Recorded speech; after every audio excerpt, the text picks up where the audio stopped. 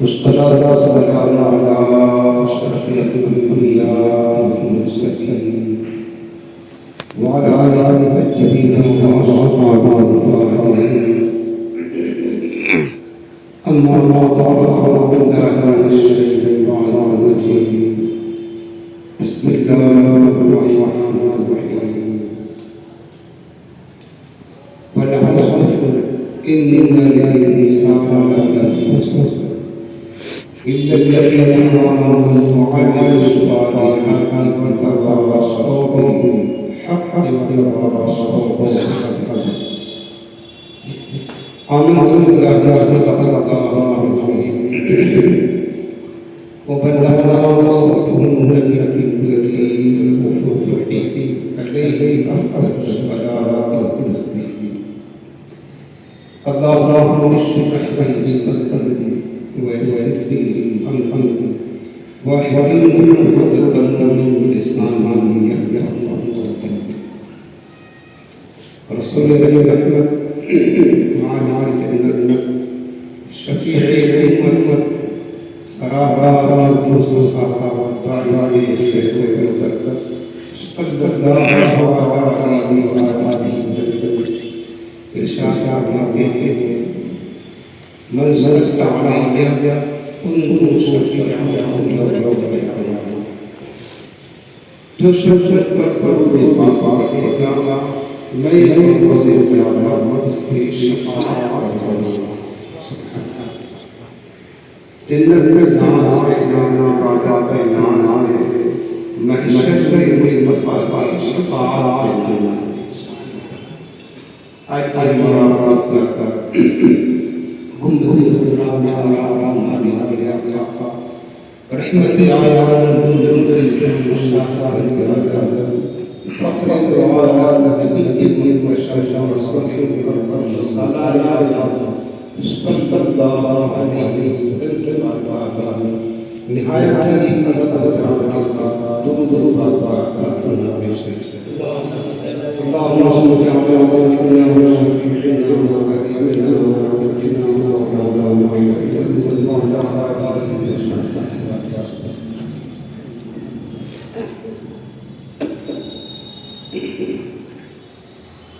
حضرت الطبرانی اصلاحی بیان کا سلسلہ اور آج جس عنوان کے بیان سنیں وہ ہے اپنے لوگوں کی قطع. حدیث کی بات معلوم ہے امام بخاری رحمہ سے بات روایت ہے حضرت عبداللہ بن عباس روایت کرتے ہیں رسول اللہ صلی اللہ علیہ وسلم ارشاد فرماتے ہیں نعمتان مغبون فيهما كثير من الناس الصحة والفلاح. میرے آقا فرماتے ہیں دو نعمتیں ایسی ہیں جن میں بہت سارے لوگ غفلت کے شکار نافرمانی کرتے ہیں. دو نعمتیں ایسے ہیں جن لوگوں کو ملی ہے لیکن لوگ اس کی قدر نہیں کرتے. پہلی نعمت فرمایا میرے آقا نے صحت ہے تندرستی ہے. تندرستی ہمارے پاس ہے لیکن ہم تندرست کی قدر کرتے ہیں. اور دوسری میرے آقا نے فرمایا فراغ اور فرصت کے لمحہ وقت یہ بھی اللہ نے ہمیں دیا ہے لیکن ہم اس کی بھی قدر نہیں کرتے. صحت ہے صحت کے اللہ کی نافرمانیوں میں ہم برباد کر رہے ہیں. کسی بھی نعمت کا قدر یہ ہے کہ اس نعمت کو اللہ بلانے کی اطاعت میں صرف کیا جائے اور اللہ کی نافرمانی میں اس نعمت کو استعمال کرنا ہے اس کی نافرمانی. صحت تندرستی اگر اس تندرستی کو ہم اللہ کی اطاعت میں عبادت میں اللہ کی رضا پانے کا استعمال کریں گے تو آپ مسلم دیکھتے ہیں ہم صحت کی قدر کریں. جیسے کامیاب اللہ کی عبادت میں لگے مدینہ سے نکلے اور اگر اس صحت کو ہمارے میں لگے گناہوں میں لگے برائیوں میں شرکت کرتے تو پھر یہ سمجھ لینا کہ اس صحت کا ناکافی ہے. سمجھ رہے ہیں؟ دوسری بات کیا ہے؟ الفراغ. میرا آقا فرماتا ہے کہ الفراغ سب وقت یہ اللہ نے ہمیں کیا تو وقت بھی ناکافی ہے. اپنے وقت کو یوں برباد کر رہے ہیں صرف دنیا میں صرف دنیا کمانے کے لیے اللہ تعالیٰ نبی محمد بتا رہے ہیں برائی پر لگا کہ جب وقت ہے اس کے بعد کوئی لیکن جب وقت نکل جاتا ہے تو پھر انسان سوچتا ہے کاش کچھ لمحہ اور ہو جاتا تاکہ ہم یہ بھی علم کرتے وہ بھی کرتے رہے. اور سب سے زیادہ احساس وقت کی زیادہ اس وقت کا جب ہماری آخری سانسیں اکھڑ رہی جب موت کا فرشتہ ہمارے پاس آگے نظر دیکھ رہا ہے اس وقت نبی کہ کاش کچھ لمحے اور جان جاتے کچھ وقت اور جان جاتے تاکہ ہم عبادت کر کے اللہ کو راضی کرنے والے کام اطاعت کرتے. لیکن اب اس وقت حسرت کرنے سے افسوس کرنے سے تمنا کرنے سے کچھ بھی نہیں ملنے والا. وقت پر کافی قطرہ آبوش ہنگامہ جل جلا پھیر برسامی اس کا پانی اس وقت برسا کھیت پر بارہ اب پانی برس کے کام نہیں. اسی طریقے سے موت کا وقت آ گیا اب اس کے بعد ہم کاش کو وقت مل جاتا تاکہ ہم یہ بھی کر لیں وہ بھی کر لیں. یاد رکھنا میرے عزیزوں پھر اس وقت تمنا کرنے سے کچھ نہیں ملے. سمجھ رہے اس وقت تمنا کرنے سے آرزو کرنے سے کچھ ہمیں ملنے والا نہیں. لہذا وقت پر آج ہے وقت تو جو مرضی چاہے کہ وقت کو اچھے کاموں میں لگا دیں ورنہ ہاتھ سے وقت نکل گیا سوائے پچھتانے کے سوائے افسوس کے سوائے حسرت کے کچھ نہیں ملے. آج آپ کا پاس ہے اس کی مثال کا ہماری ضرورت ہے. اس کی مثال آپ یہ دیکھیں حضرت امام حسن بصری رحمۃ اللہ ایک جنازے میں تشریف لے گئے لوگوں کو ذرا سا قبر میں دفنا دیا. جب دفن کر کے لوگ جانے لگے حسن بصری اپنے وقت بہت بڑا تھا. وہ کہنے لگے لوگوں ذرا دو باتیں ہماری سنتے جاؤ. لوگ واپس پلٹے کہ اللہ کا ولی کوئی اہم پیغام ضرور دینا چلو تو سنتے یہ کیا کہہ رہا تھا. لوگ حضرت حسن بصری کے پاس جمع ہونے لگے. امام حسن بصری نے فرمایا لوگوں یہ بتاؤ کہ یہ جو مردہ جس کو ابھی تم نے قبر میں دفن کیا ہے اگر اس کو دوبارہ یہ حکم مل جائے اور یہ موقع مل جائے کہ دنیا میں واپس پلٹ آئے تو پھر یہ آنے کے بعد کیا کرے گا. حسن بصری پوچھتے ہیں کہ اگر اس مردے کو مہلت مل جائے کہ واپس دنیا میں جا کچھ کر کے جا تو پھر واپس دنیا میں آنے کے بعد کیا کرے گا. تو لوگوں نے کہا حضور اگر یہ مردہ قبر سے نکل کر دنیا میں آنے کا موقع پا جائے ایک ہی کام کرے گا سر سجدے میں رکھ کر صرف اپنے رب کو راضی کرے گا. دوسرا کام نہیں کرے گا ایک ہی کام کرے گا سجدے میں سر رکھ کر مولا کو راضی کرے گا. پوچھا یہ بات پکی ہے؟ کہاں اس کے علاوہ کوئی چارہ نہیں کیونکہ سب کچھ دیکھ لیا نا دنیا کی حقیقت کیا ہے قبر میں جانے کے بعد کیا ملتا ہے اور ہمیں قبر میں کیا کام آئے گا سب دیکھ لیا ہے. اب ایک ہی کام کرے گا رب کو راضی کرے گا. فرمایا حسن بصری نے کہ لوگوں یہ مردہ قبر میں گیا اب تو یہ واپس نہیں آ سکتا ہے کہ دنیا میں آ کر سر سجدے میں رکھ کر رب کو راضی کرے گا. اس کے پاس موقع نہیں ختم. لیکن ابھی تم قبر میں نہیں گئے ہو ابھی تم زندہ ہو ابھی تمہارے پاس موقع ہے سر سجدے میں رکھ کر رب کو راضی کرنے کا، تو پھر کیوں تم راضی نہیں کرتے ہو؟ کیوں اپنے وقت کو ضائع کرتے ہو، اپنے رب کو راضی نہیں کرتے ہو، وقت کو غفلت میں گزارتے ہو؟ ابھی تمہارے پاس موقع ہے، ابھی نیک اعمال کر کے اپنے رب کو راضی کریں۔ کیا ہماری نصیحت نہیں ہے؟ قرآن عظیم میں رب العالمین نے نقل فرمایا ہے لوگوں کا، تو لوگ کہیں گے ربنا فرجعنا نعمل صالحا انا موقنون، مرنے کے بعد لوگ تمنا کریں گے اے ہمارے رب ایک مرتبہ ہمیں واپس دنیا میں بھیج دے، اب ہم نیک عمل کریں گے۔ انا موقنون، ہمیں یقین ہو گیا کہ یہاں آخرت میں صرف نیکیاں ہی کام آتی ہے، دنیا کا مال و زر کچھ دولت کام نہیں آتی ہے، نہ شہرت نہ عزت، نہ دنیا کی ترقیاں، نہ دنیا کی تعلیم، کچھ بھی نہیں۔ یہاں پر صرف نیک عمل کا سکہ چلتا ہے۔ مولا ہمیں بھیج دے، لیکن بندہ لاکھ تمنا کرے گا اس کو بھیجا نہیں جائے گا۔ حتی اذا جاء احدهم الموت قال رب ارجعونی نعمل صالحا، اللہ پاک فرماتا ہے جب کسی کی موت کا وقت ہوتا ہے وہ کہتا ہے ہمارے رب ہم کو واپس پھیر دے دنیا میں تاکہ ہم نیک عمل کریں، لیکن اللہ رب العالمین اس کو واپس آنے کا موقع نہیں عطا فرمائے گا۔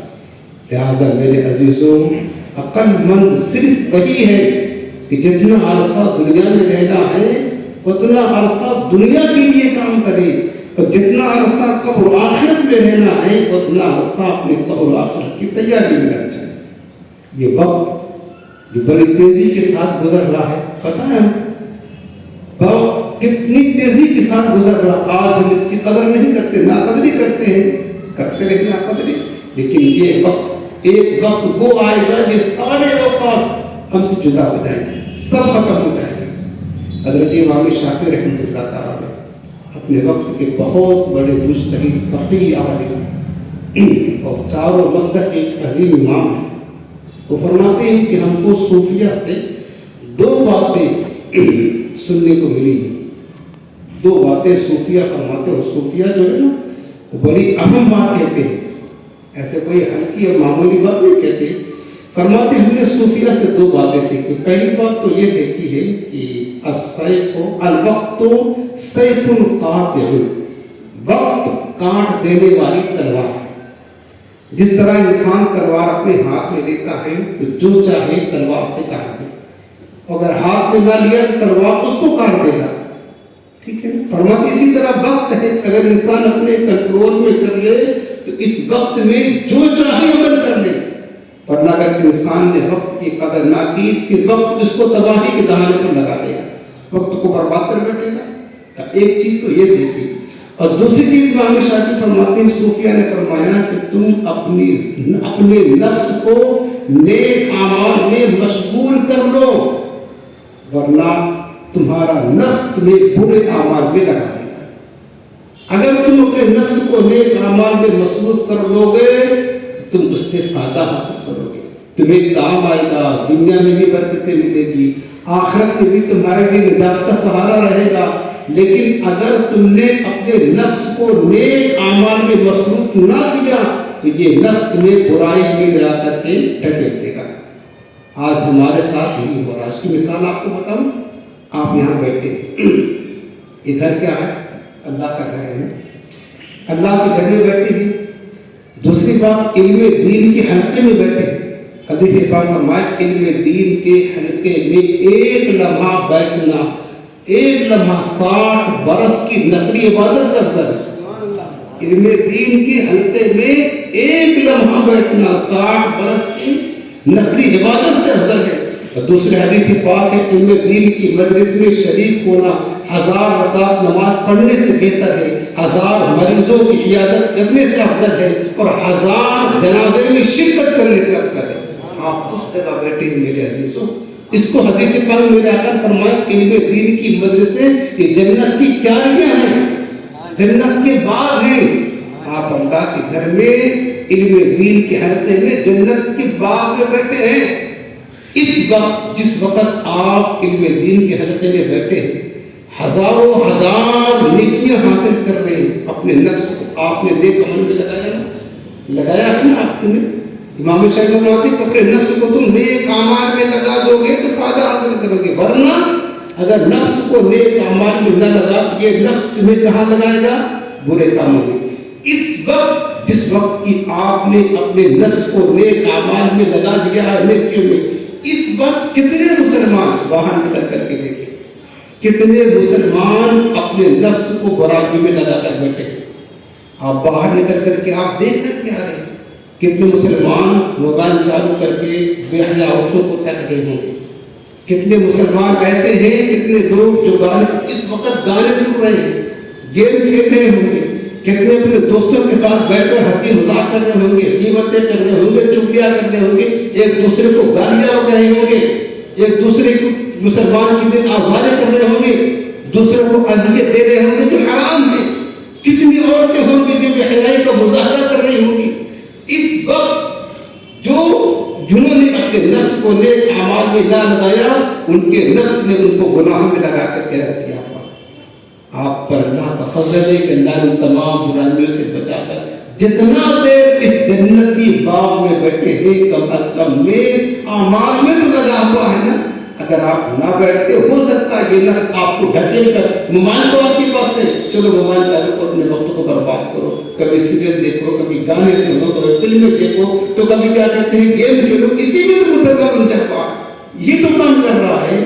تو اللہ کا فضل ہے میرے عزیزوں، اپنے نفس کو نیک اعمال میں مصروف رکھو. یہ صوفیہ کی بڑی پتے کی بات ہے، بڑی پتے کی بات ہے. شیخ علی داتا حجویری رحمۃ اللہ علیہ کے پیر و مرشد شیخ خطلی فرماتے ہیں الدنیا یوم ولنا فیہا صوم.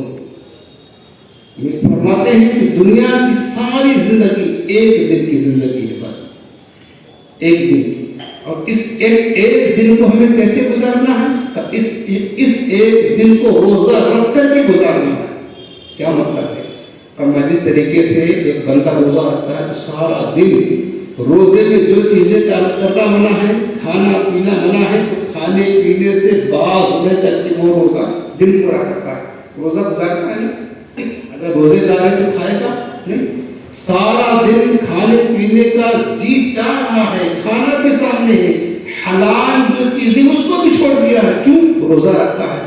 اللہ اس کے رسول نے منع فرمایا ہوا ہے تو روزہ رکھ کر گزرتا ہے. شیخ خضری فرماتے اسی طرح میرے عزیزوں تمہاری کل زندگی صرف ایک دن کی ہے، بس ایک دن کی. اور اس ایک دن کو کیسے گزارنا ہے؟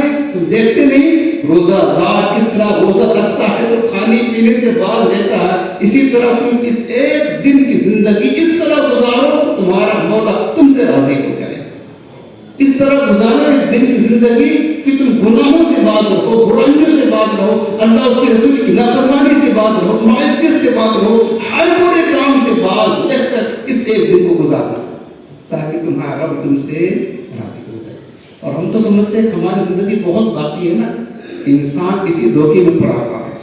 آج ہم نے دیکھا بوڑھوں کو بھی، وہ بھی داڑیاں چڑھ کر کے ایسا لگتا شروع میں ان کو جانا گھوم رہے، داڑھی مونچھی چڑھ کر کے گھوم رہے. یار 70 برس کی 80 برس کے بوڑھے آج بھی ایسے ہیں جو گالیاں بکتے ہیں. دیکھا ہوگا آپ نے، گالیاں بکتے ہیں، بے حیائی کی باتیں کرتے ہیں، فلمیں ڈرامے دیکھتے ہیں، داڑھی مونچھے سب اڑا کر کے بیٹھے ہوئے، ایسا لگتا مرنا نہیں ان کو. بال داڑھی سر سے لے کر پیر تک سب سفید ہو گئے.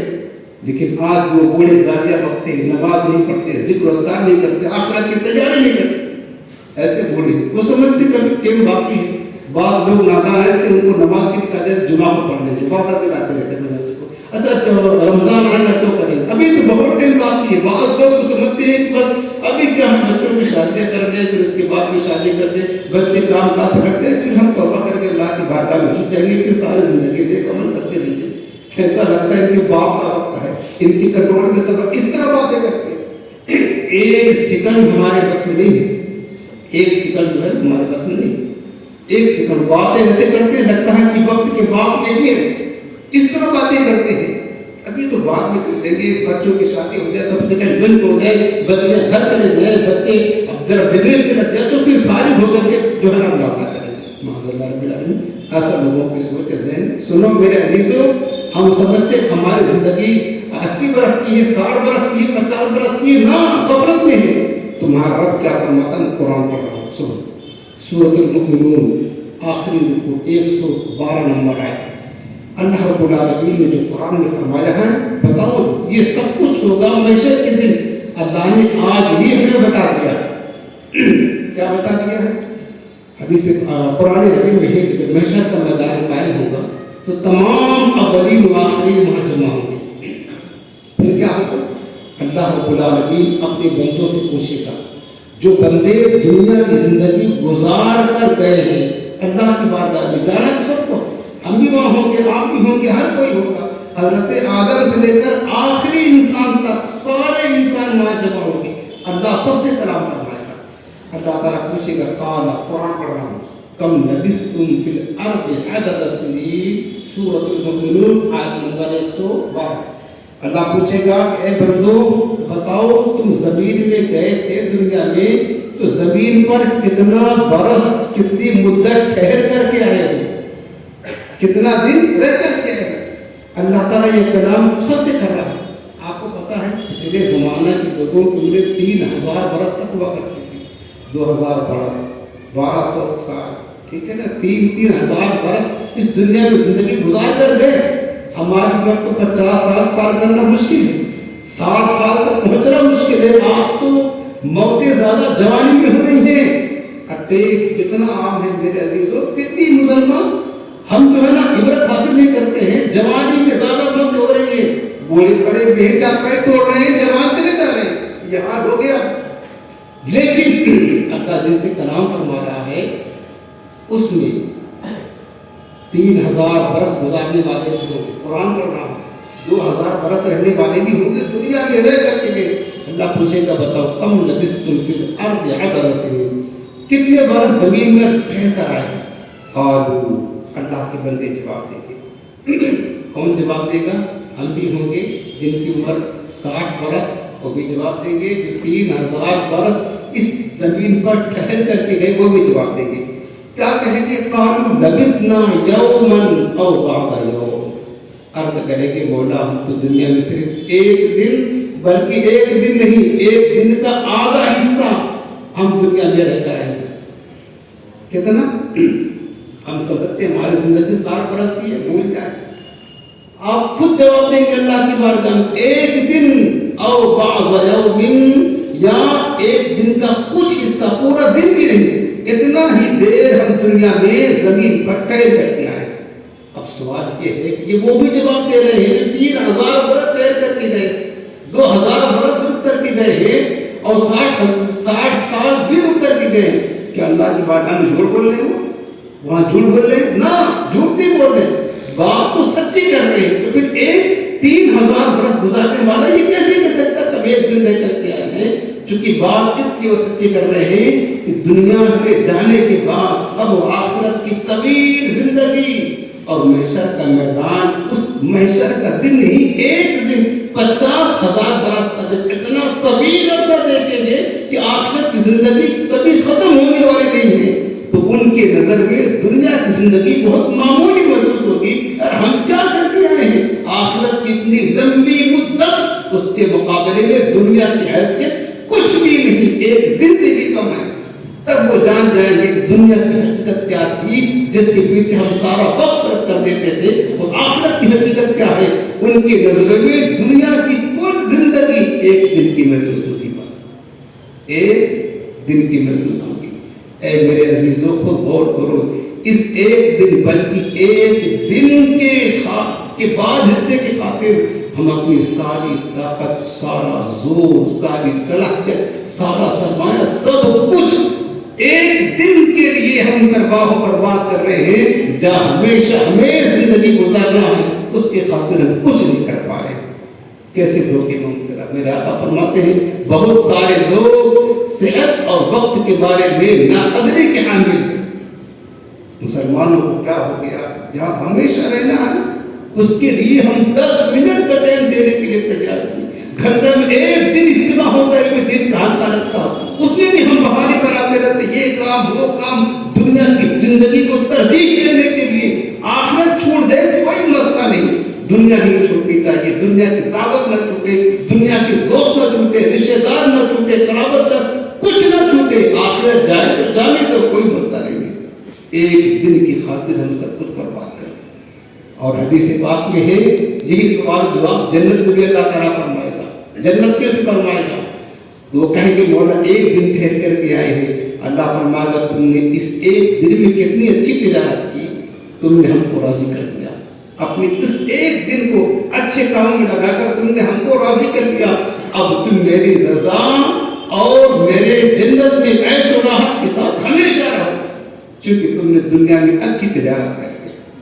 اور اس کے بعد جب جہنمی سے سوال کرے گا وہ کہیں گے مولا ایک دن رہ کے آئے, تو فرمائے گا اللہ تعالیٰ تم نے ایک دن کے لیے کتنی بری تجارت کی, تم نے ہمیں ناراض کرنے والے کام کیے اور ہمیں ناراض کیا. آج تم ہمارے ناراضگی اس جہنم میں ہمیشہ کے لیے رہو, ہمیشہ ہم تم سے ناراض رہیں گے. کتنے غفلت کے شکار ہیں میرے عزیزوں. اس ایک دنیا کی زندگی کی خاطر ہم کیا کچھ تباہ کر رہے ہیں. لیکن دنیا کی حیثیت کیا, کسی شاعر نے کہا نا کتنی بے اعتبار ہے دنیا, موت کا انتظار ہے دنیا, گھر کے ظاہر میں گل بصورت گل پر حقیقت میں خار ہے دنیا. ورنہ کرتے تمہیں پھول محسوس ہوتی ہے دنیا, لیکن یہ کانٹے ہیں. زندگی نام رکھ دیا کس نے, ارے موت کا انتظار ہے دنیا. بس اس کی حقیقت کچھ نہیں, اتنا ایک دن کی خاطر کس قدر فکر و شکار. میرے عزیزوں, وقت کے قدر دان جو تھے, جنہوں نے اپنے وقت کی قدر کی, وہ کامیاب ہیں. حضرت اویس قرنی اللہ تعالیٰ عنہ کا نام آپ نے سنا ہوگا, خیر التابعین, سچے عاشق رسول. کبھی میرے آقا کی زیارت نہ کر سکے, ماں بوڑھی تھی, بوڑھی ماں کی خدمت میں لگے رہتے تھے. پایا زمانہ حضور کا, لیکن حضور کا دیدار کر کے شرف صحابیت نہ پا سکے.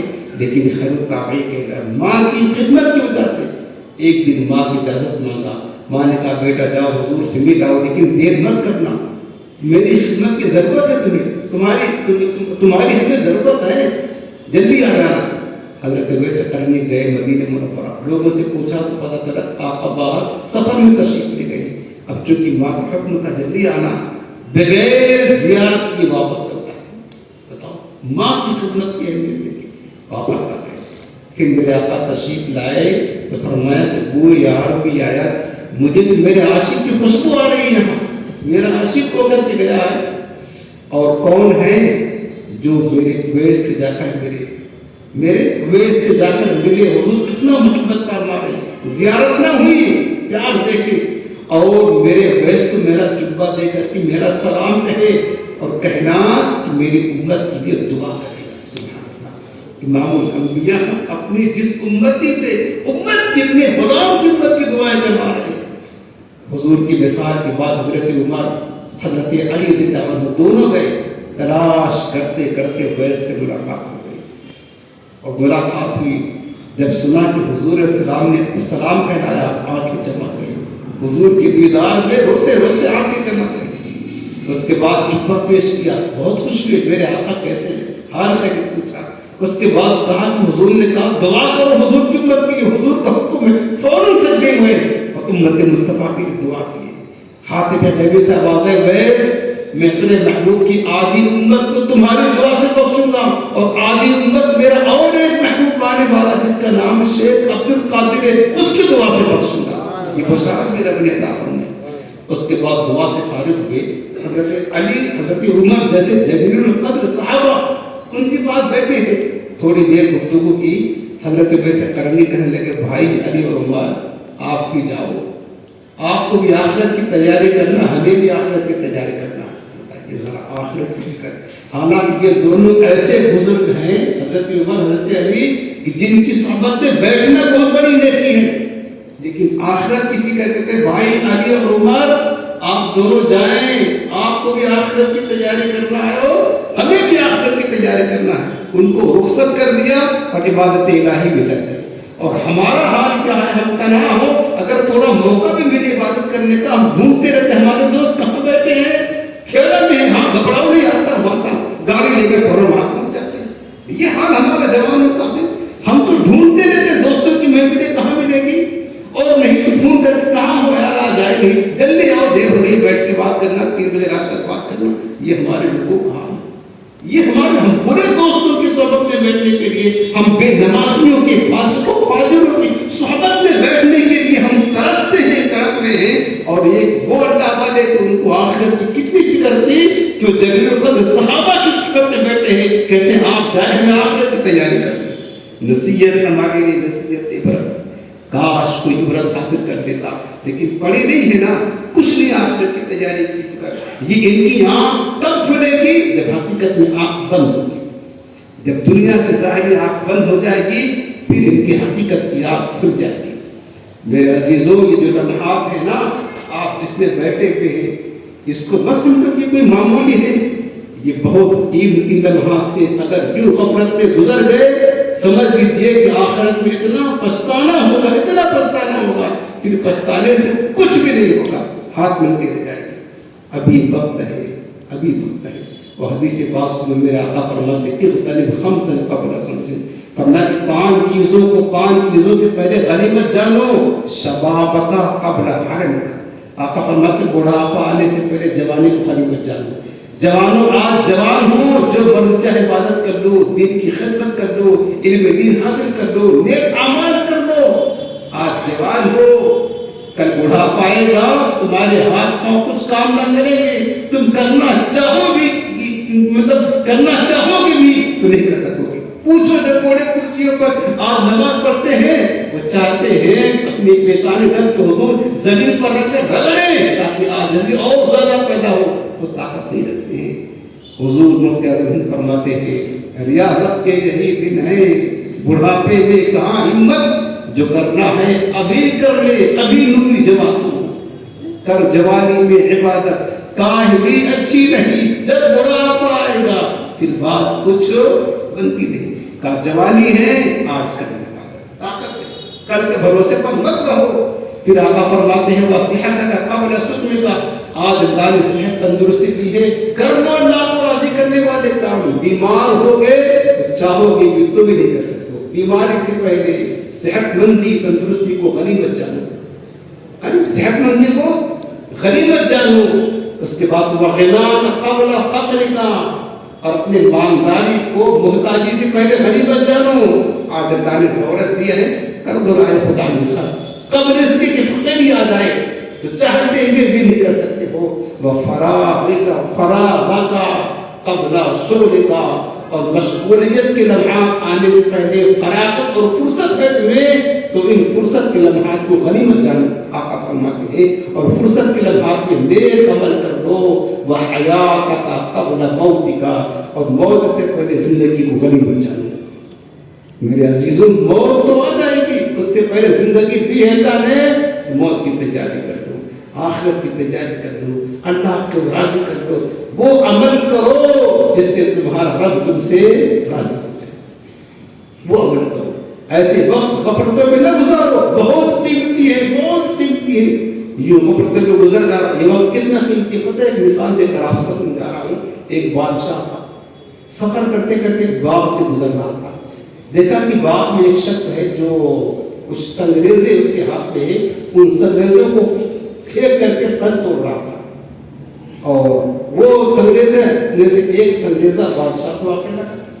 بادشاہ نے دیکھا کہ یہ بہت چمکدار سنگریزے ہیں، اور اس نے سارا سنگریزہ جو تھا اس کے پاس تھیلی میں بھرا پھل سب پھینک دیا، یعنی پھل توڑنے میں استعمال کر لیا۔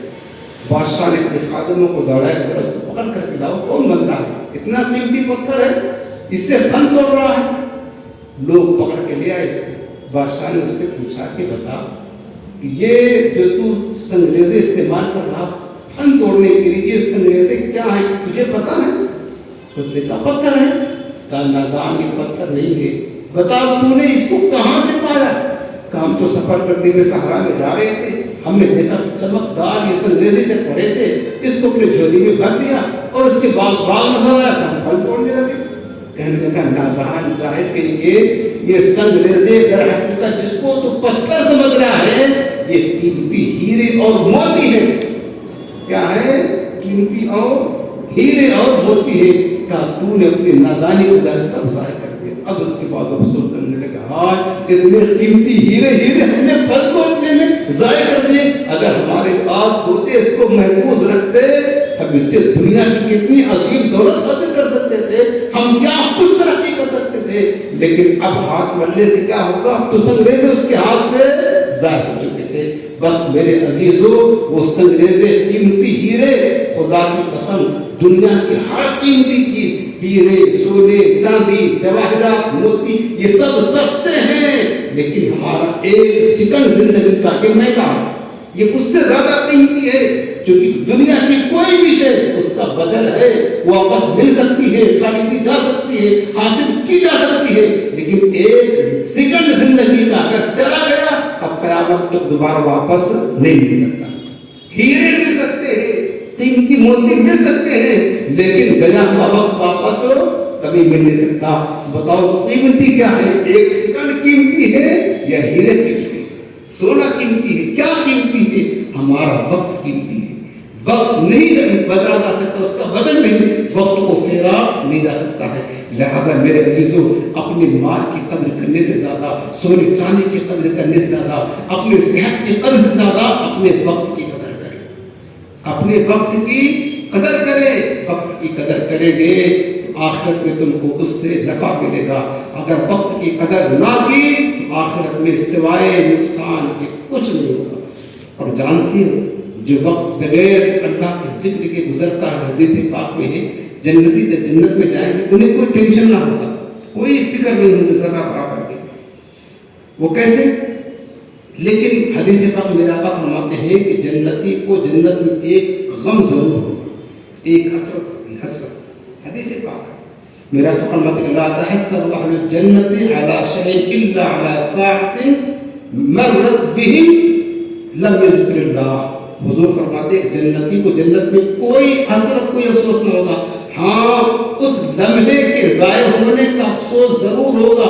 جنت میں بھی جو لمحہ دنیا میں اللہ کی یاد کے بغیر گزرا تھا اس کا ٹینشن ہوگا ان کو جنت میں بھی، حالانکہ جنت میں کوئی غم ہو نہیں ہوگا۔ بتاؤ جو لمحہ بغیر اللہ کے ذکر کے گزرا خالی گیا، اس کا افسوس جنت میں بھی ہو رہا ہے، جبکہ جنت افسوس کی جگہ نہیں، راحت و عیش کی جگہ ہے۔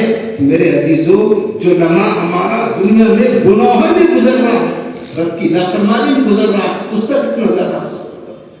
میرے عزیزوں، خدا کی قسم یہ لمحہ بہت قیمتی ہے، اور آپ لوگ بڑے خوش نصیب ہیں جو اپنے آپ کو دین کی حلقے میں لا کر کے بٹھائے ہو اور دین کے علم سیکھنے کا شوق رکھتے ہو۔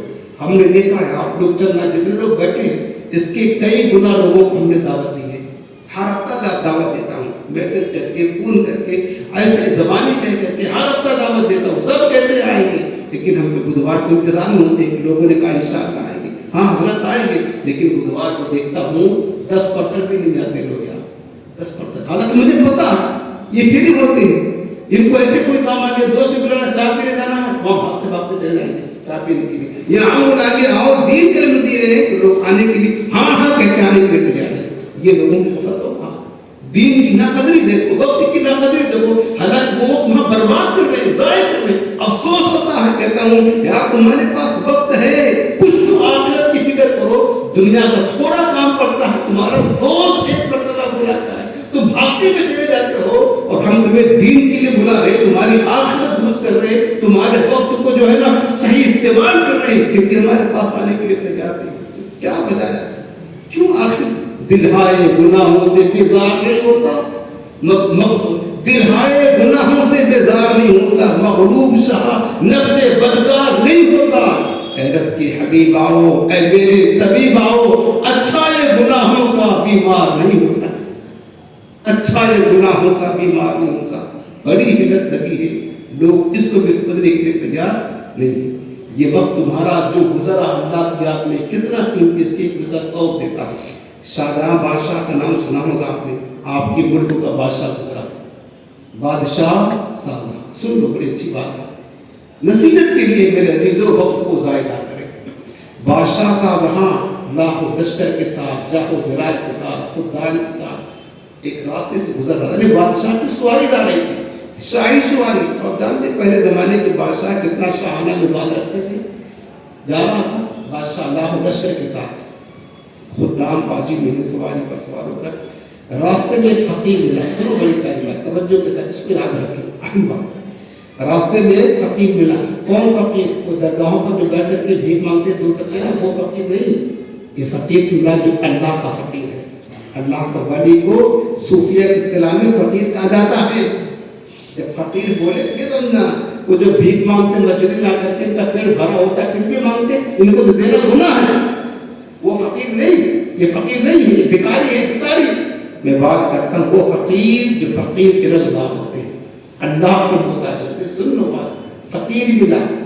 اب فقیروں کا کام کیا ہے؟ نہ دنیا سے مطلب, نہ دنیا کے عیش و راحت سے مطلب, نہ مال و ذوق کی محبت. ان کا دل صرف اللہ کی محبت کا چاہتا ہے, بس کچھ ہی نہیں.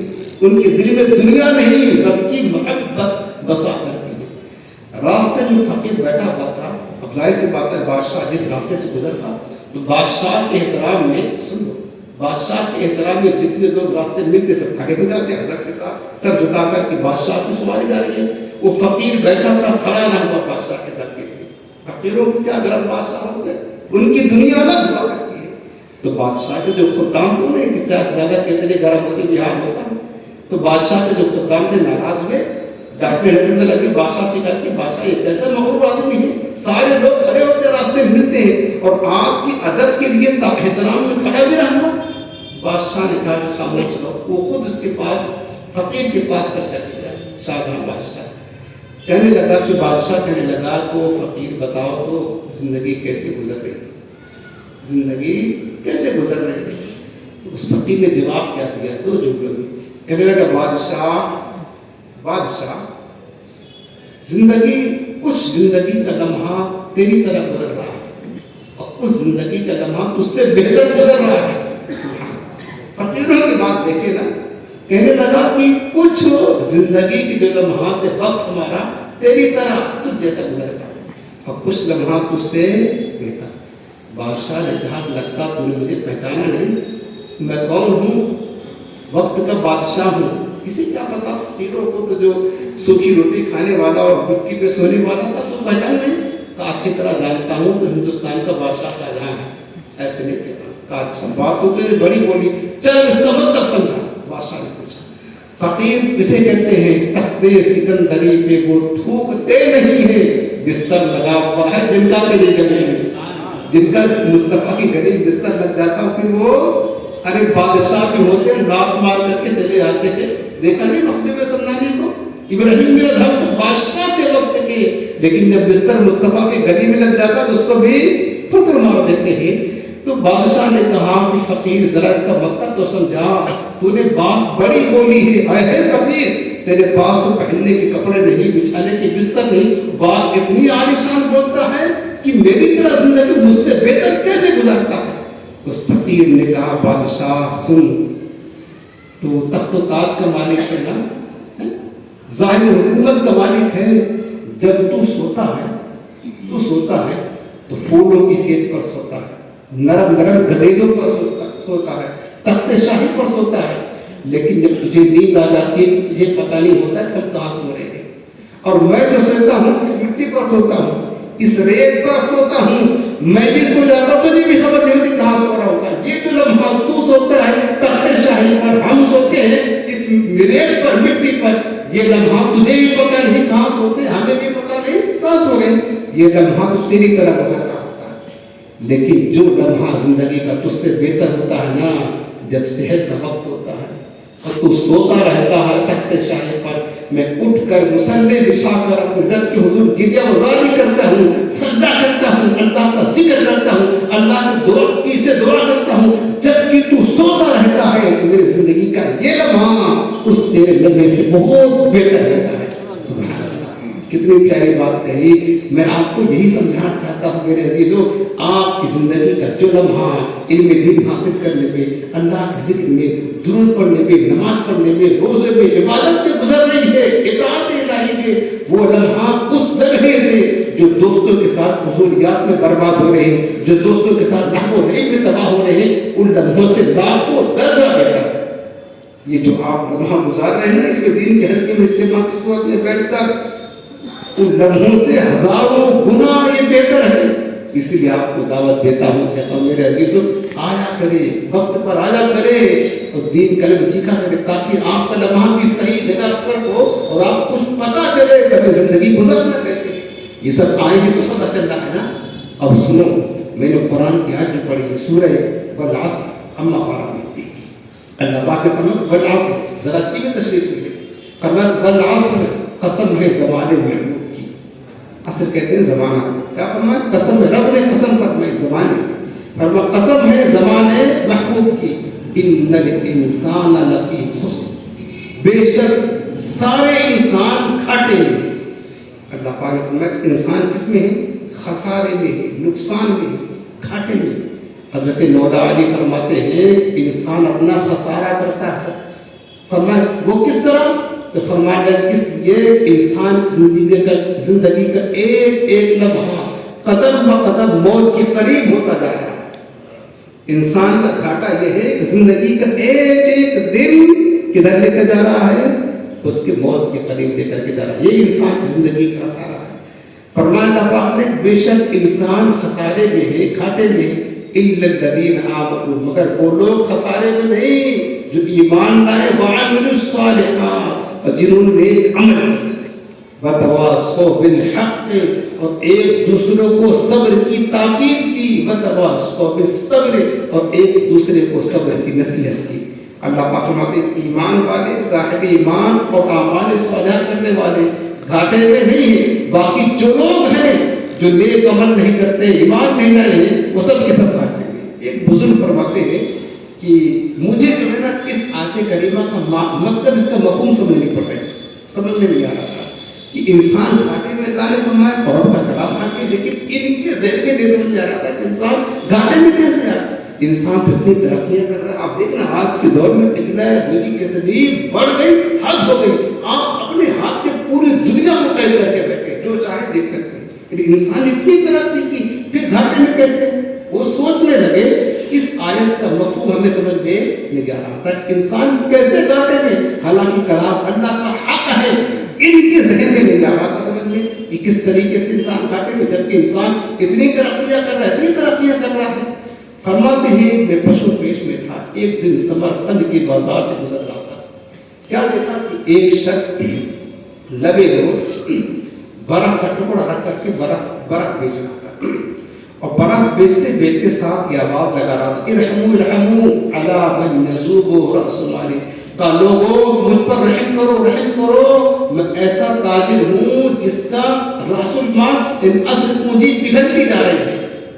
آپ کو پتا ہے نا برف ٹھہرتی ہے نہیں ٹھہرتی ہے، برف قطرہ قطرہ کر کے پگھل جاتی ہے۔ برف کا حال آپ نے دیکھا نا، وہ اگر کوئی اور شے ہو آج نہیں بکا کوئی بات نہیں، کل ہو سکتا مہنگے بھی بک جائے، پرسوں بک جائے گا، لیکن برف ایسا سرمایہ ہے اگر بیچنے والے نے اس کو بیچ لیا، اس نے جو پونجی لگائی تھی وہ حاصل کر دے گا، اگر نہیں بکا تو اس کی پونجی بھی گئی، برف بھی گیا، سب برباد ہو جائے گا۔ بزرگ فرماتے جب اس نے یہ آواز لگائی میرے قدم ٹھہر گئے، قدم ٹھہر گئے، فرمانے لگے بس اسی طرح انسان کی زندگی ہے، بس انسان کی زندگی ایک ایک دن بلکہ ایک ایک منٹ برف کے قطروں کی طرح پگھلتا جا رہا ہے، پگھلتا جا رہا ہے، پگھلتا جا رہا ہے۔ اگر وہ برف بیچنے والا برف کو بیچ کر اس کے بدلے میں پیسہ دے دے، اس کی اصل پونجی راس المال بچ جائے گا، وہ کامیاب ہوگا۔ اسی طریقے سے انسان یہ جو سانسیں اس کی ایک ایک گزر رہی ہے، دن گزر رہا ہے، یہ چل رہی ہے، اگر ان سانسوں کے بدلے میں نیک اعمال جمع کر لے، عبادت کر لے، ذکر و فکر کر لے، نیک اعمال جمع کر لے، تو سمجھ لے اس کا سرمایہ بچ جائے گا۔ اور اگر وقت ضائع ہو رہا ہے، سانسیں جا رہی ہیں، اور سانسیں کے بدلے میں ہم نے نیک اعمال جمع نہ کیا، اسی طریقے سے جس طرح وہ برف پگھل جائے گی اس کا نقصان ہو جائے گا، اسی طرح اگر سانسیں زندگی کی پگھل گئی اور کچھ نیک اعمال جمع نہ کیا، نہ کمایا، برف کی طرح زندگی پگھل گئی، تو پھر انسان اپنا خسارہ کر رہا ہے۔ فرماتے اسی دن ہم کو سمجھ میں آ گیا خسارہ کا مطلب کیا ہے۔ جنہوں نے فرمایا کہ انسان خسارے میں ہے، اس کا مطلب یہ ہے کہ اگر انسان نے اپنی سانس کو دے کر کے نیک اعمال جمع نہ کیا، یقیناً انسان خسارے۔ میرے عزیزو، خسارے سے بچنا، باہر نکلنا ہے۔ اور دنیا میں نیک اعمال اگر ہم کریں گے نا تو ہی جا کر آخرت میں ہمارے لیے جو بوئیں گے وہی کاٹیں گے. آخری بات یہ عرض کر دیں اور مثال دیتا ہوں. نصیحت کی بھی مثالیں ہوتی ہیں قرآن میں بھی جگہ جگہ مثالیں دے کر کے سمجھائیں. سن لو میری بات ختم کرتا ہوں. ایک بادشاہ تھا, اس نے اپنے 3 وزیروں کو بلایا. تو بلانے کے بعد کہا ایک ایک تھیلا دیا, کہا یہ تھیلا باغ میں جاؤ اور اچھے تازہ قسم کے پھل توڑ کر کے تھیلا بھر کر کے لے آئے. وہ 3 وزیر بڑے خوش ہوئے, ایک ایک تھیلا لے کر کے باغ میں گئے. ایک وزیر جو عقل مند تھا نا, عقل مندوں کا کام ایسے ہوتا ہے, اس نے کیا کیا, اس نے سوچا بادشاہ نے منگایا ہے پھل, یقیناً اچھے اعلیٰ قسم کے پھل چاہیے نا بادشاہ کے لیے. اس نے بہترین چھانٹ چھانٹ کر کے تازہ بہترین قسم کے پھل توڑ کر کے تھیلا بھر دیا. دوسرے وزیر نے سوچا کہ یار بادشاہ کا تھوڑی سی ایک چھانٹ کر دیکھے گا پورا تھیلا بھرا ہوگا, تو کہا دیکھ لے گا ورنہ نہیں دیکھے گا. اس نے اچھے خراب سڑے پڑے جتنے تھے یعنی کسی طرح بورا بھر لیا پھلوں کو بھرا, لیکن اچھا فریش نہیں, کبھی اچھا بھرا کبھی خراب بھرا, کبھی دادی بھرا کبھی سڑا ہوا بھرا, سب بھر لیا تو بورا بھر گیا بس. اور تیسرے نے کیا کیا پتا, اس نے سوچا کہ بادشاہ تھوڑی سب دیکھنے آئے گا, وہ تو یہ دیکھے گا ہاں تھیلا بھرا ہے, کہاں فرصت بادشاہ کو اپنا تھیلا بھرا سمجھ جاتا ہے, اس نے کام کر دیا ہے. اس نے پھل نہیں بھرے, گھاس پھوس پتے جو دیگر چیزیں تھی وہ بھر کر کے تھیلا پورا مکمل کر لیا. تینوں لے کر آ گئے. اگلے دن بادشاہ نے بلایا, تینوں کے تھیلے بھرے ہوئے تھے. بادشاہ نے تھیلا کھلوایا نہیں, کس نے کیا بھرا, جو بھرا ہوگا. بادشاہ نے کہا جس نے جو تھیلا بھرا ایسا کرو, ان تینوں کو الگ الگ جیل میں 2 ہفتے کے لیے بند کر دو, اور کسی کو کھانا پینا مت دینا, یہی جو تھیلا بھر کر کے لائے یہی سب اپنا گزارا کریں گے. ایسا بھی عجیب ہوا کرتے تھے پہلے کے دور کے. کہ ان تینوں کو جیل میں بند کر دو, اور جو تھیلا ہے کسی کو دے دو ان کے ساتھ میں, باقی کھانا پینا بند, اسی کو کھا کر گزارا کریں. 2 ہفتے کے بعد نکالا جائے گا. اب کیا ہوا, اب تینوں کو الگ الگ جیل میں بند کر کے, ایک ساتھ بند نہیں کہ باٹم باٹی کر کے کھا لیتے, وہ بھی نہیں کیا. بادشاہ نے الگ الگ جیل میں بند کیا. جس نے فریش تازہ میوے توڑے تھے اس کی تو مزہ آ گئی, کوئی ٹینشن نہیں, 2 ہفتہ آسانی کے ساتھ گزرا, تھوڑا موٹا بھی ہو گیا, پھر باہر نکلا. جس نے سڑے گلے سب بھرے تھے بغیر دیکھے, اس کا حال کیا ہوا, اب کھانا تو پڑے گا, بھوک لگی تو سڑا بھی کھا گیا, خراب بھی کھا گیا, اچھا بھی سب کھایا, بیمار پڑ گیا, صحت خراب گئی. اور جس نے گھاس پھوس بھرے تھے وہ کیا کھاتا بیچارہ, پتے بھرے تھے, وہ جانور تو نہیں پتے چبا جاتا, اس نے کیا کیا, کچھ نہیں کھایا, آخری کرو بیچارہ مر گیا. بزرگوں نے سمجھایا کہ یہ نصیحت ہمارے لیے. میرے عزیزوں, ہم بھی دنیا کے باغ میں بیٹھے ہیں, اب غور کریں, باغ میں بیٹھے ہیں, ہمیں بھی ایک دن بادشاہ حقیقی قبر کے جیل میں بند کرے گا. اور اس دنیا میں حکم دیا ہے کہ تمہارے پاس نامہ اعمال کا تھیلا ہے, اور اس نے لکھ رہے نا نامہ اعمال کا تھیلا ہے. اب تم اپنے نامہ اعمال کے تھیلے میں صرف نیک اعمال ہی بھر رہے ہو جو قبر میں جا کر تمہیں ملنا ہے, جو قبر میں جا کر ملنا ہے. اب تمہیں غور کرنا, اپنے نامہ اعمال کے تھیلے میں اگر نیک اعمال ہی بھرو گے تو وہ قبر تمہیں روشن ہو جائے گی, قبر میں تمہیں کام آئیں گے, قبر میں تمہیں رزق ملے گی, قبر تمہاری کشادہ ہوگی, وہ جیل ہے, آسانی کے ساتھ وہاں رہو گے. لیکن اگر تم نے اپنے نامہ اعمال کے تھیلے میں کیا بھرا ہے, اگر اچھے خراب سب بھرے ہوئے عمل, برے بھی اچھے بھی اس کی سزا ملے گی, اور کچھ نہیں بھرا ہے, برباد کیا ہے, تو پھر عذاب ملے گا. میرے عزیزوں, ہمارے لیے سمجھنے کی نصیحت کی بات ہے, ہم اپنے نامہ اعمال میں اضافہ کریں, وقت کی اہمیت کو سمجھیں. آخری بات عرض کرتے ہیں, ایک بزرگ کی بڑی پیاری نصیحت ہم نے سنا ہے علماء کی زبان سے. وہ فرماتے ہیں, ایک بزرگ نے فرمایا, کیا فرمایا کہ ہم نے پہلے پرانے زمانے کے بزرگ, آج کی بات نہیں, اب تو فتنوں کا دور ہے, جب کچھ حالات بہتر تھے لوگوں کے, اس وقت کی بات بزرگ فرماتے ہیں, ہم نے لوگوں کے حالات کا جائزہ کیا. ہم نے کیا پایا, لوگوں کے حالات کو دیکھا, ہم نے یہ پایا, بڑا عجیب معاملہ پایا لوگوں کا. فرمانے لگے کہ دنیا ان کے گھر کے بجڑنے پر, یعنی گھر کے برباد ہونے پر, پیاروں کی موت پر روتے ہیں. گھر کے برباد ہونے پر, کوئی پیارا بیٹا, ماں باپ, بیوی, بچے مر گئے تو روتے ہیں. معاشی تنگدستی پر افسوس کرتے ہیں. غربت آ گئے, کاروبار نہ کرے تو بہت افسوس ہوتا ہے, بگڑ گئے کام کاج تو افسوس ہوتا ہے. اور پھر کیا کرتے ہیں, زمانہ اور زمانے والے کو گالی دیتے ہیں. حالانکہ حدیث پاک میں زمانہ کو برا کہنا, گالی دینا یہ منع کیا گیا ہے. اس کے بعد فرماتے ہیں کہ ان تمام چیزوں پر تو افسوس کرتے ہیں، غم کرتے ہیں، لیکن اسلام کی عمارت تباہ ہو رہی ہے، دین ٹکڑے ٹکڑے میں ہو رہا، سنت رسول مٹ گئی ہے، خرافات کی بھرمار ہے اور گناہوں کی کثرت ہے، لوگ برائیوں میں مشغول ہیں، ان میں سے اپنے دین پر رونے والا کوئی نہیں، اپنا وقت قیمتی وقت برباد کر رہے ہیں، اپنی عمریں ضائع کر رہے ہیں، عمر کی خرافات میں برائیوں میں برباد کر رہے ہیں، لیکن ان میں سے رونے والا کوئی نہیں ہے۔